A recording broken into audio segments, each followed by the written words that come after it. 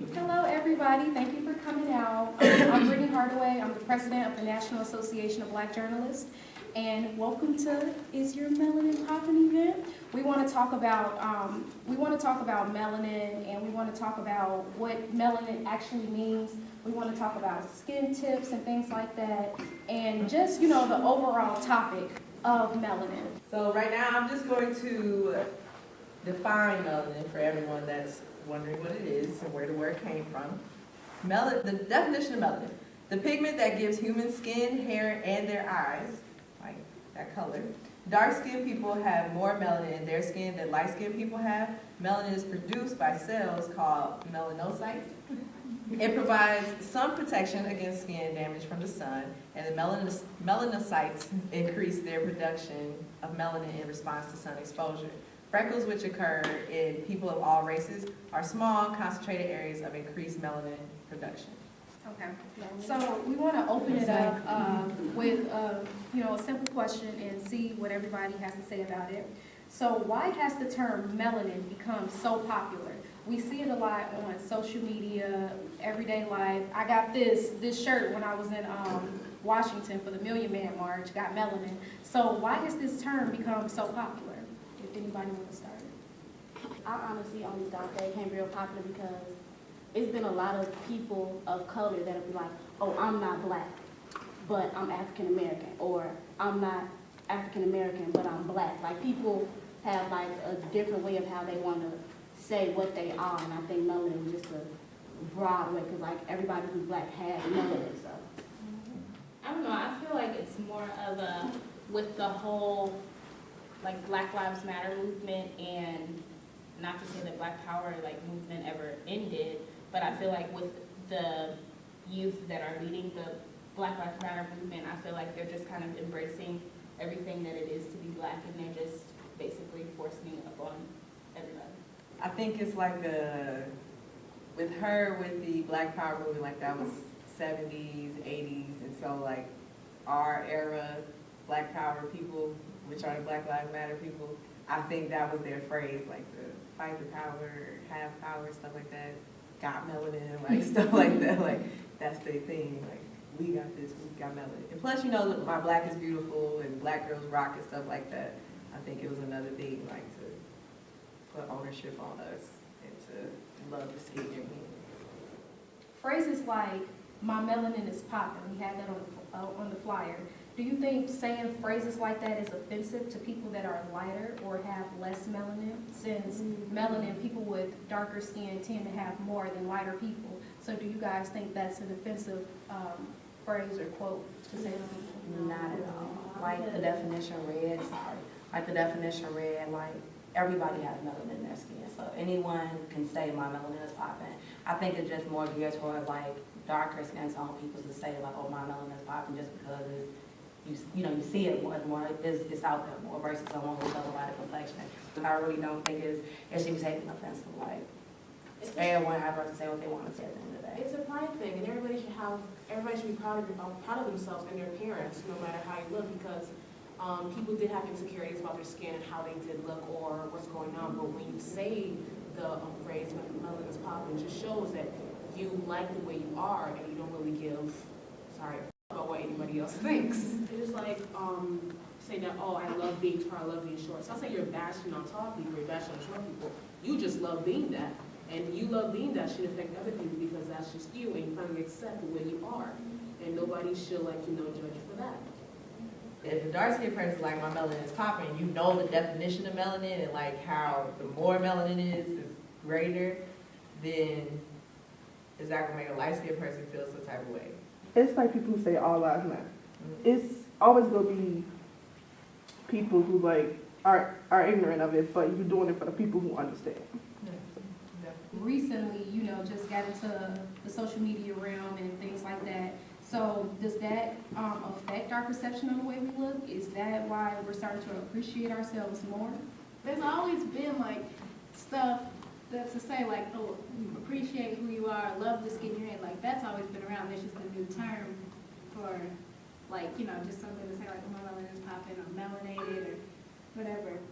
Right, it's crazy out here. I notice a lot of things, especially with white people are appropriating the culture, and they go as far as to call it new revolutionary ideas and styles such as cornrows and Ooh, that made me so have mad. curly hair. The hair not even curly, but they call it curly hair. And the worst part about it is they steal the features, but at the same time, even if they make the feature popular, it's still looked down upon if it's on darker skin.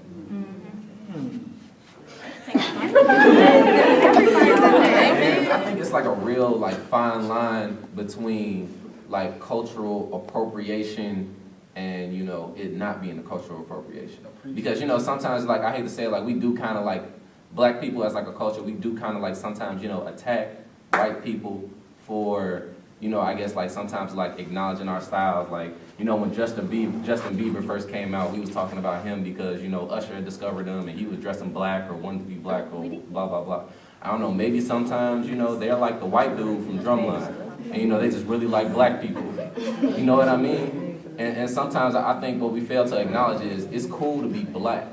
Sometimes I feel like while we're like attacking them, we're also not giving ourselves like enough credit because like black people as a culture, we're the trendsetters. Nike wasn't until they signed Michael Jordan in the 80s, and then it jumped to $1 billion industry. And the first group to ever get a shoe deal was Run DMC at $1 million. But you know what I mean? Like we set the trends, and we fail to acknowledge that. I feel like maybe we need to throw a little bit more fits and do a little bit more. Maybe it'll stop. We won't hear simple stuff like Kylie Jenner slips or do-rags and stuff, you know, being trended under white people when it's our stuff. Like, I'm pretty sure if you did a project and you didn't get your recognition, you would be upset, right? So, like, maybe we need to be more upset. And then we probably stop seeing so much of the same stuff happening over and over. It's the same stuff that was happening in the 60s with, it's just modern now. It's just a different, right, it was 60s, 70s, 80s, 90s, 2000s, 2015, or whatever. It's still going on. Every generation is probably a different issue, but it's all the same. At the end of the day, it all comes down to the same stuff. Like, and I feel like we probably don't fight enough. We fight each other instead of them. Maybe we need to fight more. Like, we need to. This is ours. Y'all, it's cool to be black, and y'all want to be cool like us. Maybe okay, y'all gonna give us our recognition, or y'all go, yeah, y'all not just gonna take it. No, we need to stop letting them take so much. That's how I feel. Okay, so like, I'm saying like, just my last one, like, what am I gonna be like madder about? The fact that my brother's getting killed in the street, or Cosmo advertising an urban top cap? All of it is it doesn't matter. It's all the like, all of same. it is bullshit, but it's like, I feel like there's levels for me to be angry about. And that's the whole reason that I feel like if there is no level when all of it at the end of the day is some type of disrespect toward our people. Like, there is no level versus somebody getting killed or somebody's style being taken. It's all the same. It's still, we don't get our credit. Right? That's just how I look at it. Like, you know. I get what you're saying, and I completely agree. That, you know, we do need to acknowledge that we are the trendsetters and we set the styles for other people to follow. But I see what you're saying too, and he hit it right on. It's about cultural appreciation. The issue comes about when they do what we do, but then they take it as their own and not give us the credit for what we've been doing already. And I think that's the issue as well. And I see what you're saying about, oh, I'd rather be more upset about my brothers killing each other rather than Kylie Jenner making a whole lip kit and making millions of dollars off of it. I get it, but still at the same time, maybe if the whole world appreciated what we gave and put into it, then maybe we wouldn't be so hostile to killing ourselves. Like, I think it all builds up and adds on each other. Like, I think that the first step is kind of, we gotta acknowledge. We've acknowledged ourselves already, but they gotta acknowledge us, and we gotta demand that from them, that y'all not just gonna keep ignoring us and then taking the credit for what we even already did. I don't even pull out my phone. Anywhere I go, I never pull out my phone because it doesn't matter what I'm doing. What my phone is talking about, I don't care about social media. The only thing I follow on social media is probably Sigma events, and I'm pretty sure if you guys follow me, that's it. Because it doesn't matter to me. I feel like whatever it is, it's like world, like I feel like we're too focused on shit that doesn't matter. Honestly. And it's like when you focus on shit that doesn't matter, that's what you preoccupy yourself with. And it's ridiculous in my eyes. Do you all think it's black people's fault that Kylie Jenner is on a high pedestal? talking about the person is going to get them more recognition and get them more money. And it's just a smart move. It's publicizing her, it's putting her on top of the pedestal that she really doesn't need to be.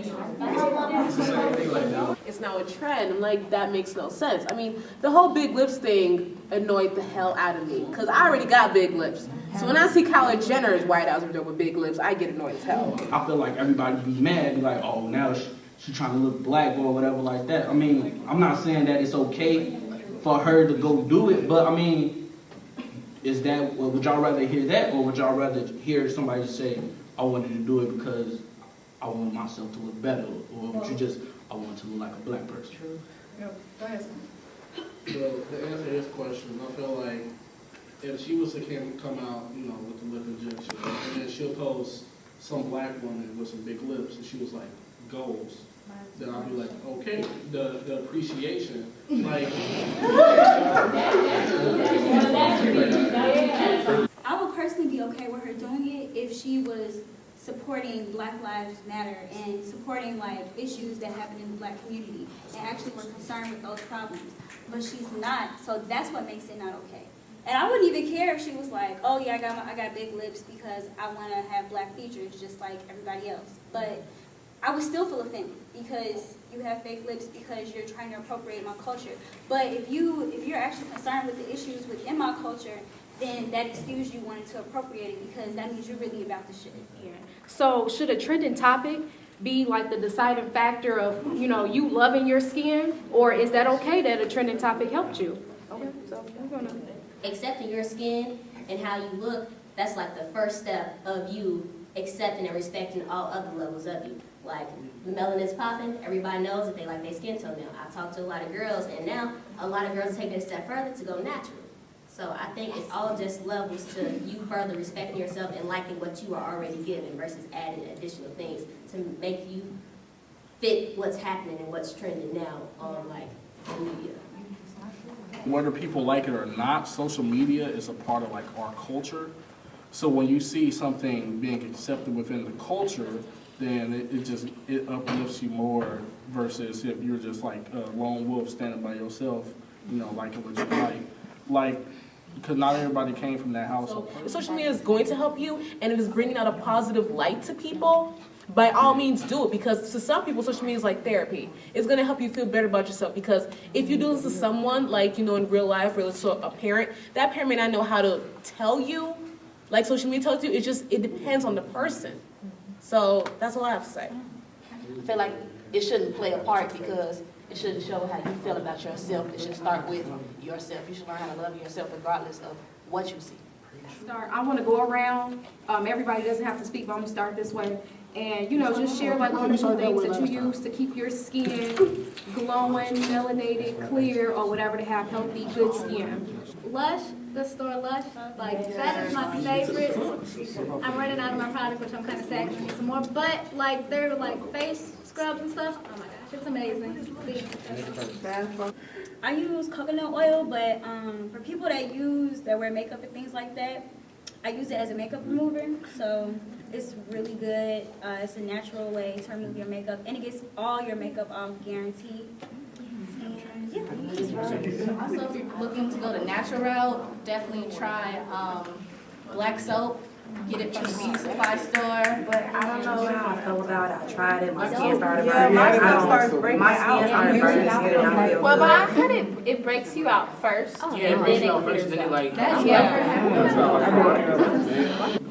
I use Equate. It's from Walmart, and it's like healing. It's healing ointment for dry and irritated skin. And I also use the brand is Aquaphor. That's right. That's at Walmart as well. I use Aquaphor and Equate, and that jar of Equate, it's like $10 or $11, but it lasted me like over a year. Because you get a closer shave, and it's just better for your skin. And then when you're done shaving, instead of using hot water, use cold water, so it closes your pores and you don't get bumped. I use Aussie, it's like purple, it's from Walmart, it's like $4.97. It also makes your hair really curly. Like if your hair is naturally curly and you want it to be even curlier, Aussie makes your hair really curly. Wait, what? It's called Oz. It's the purple with the kangaroo. I hope everybody has learned something, sharing your skin tips. I feel like everybody has said has been helpful, and I feel like, that can really impact somebody else, the tips that you guys have shared.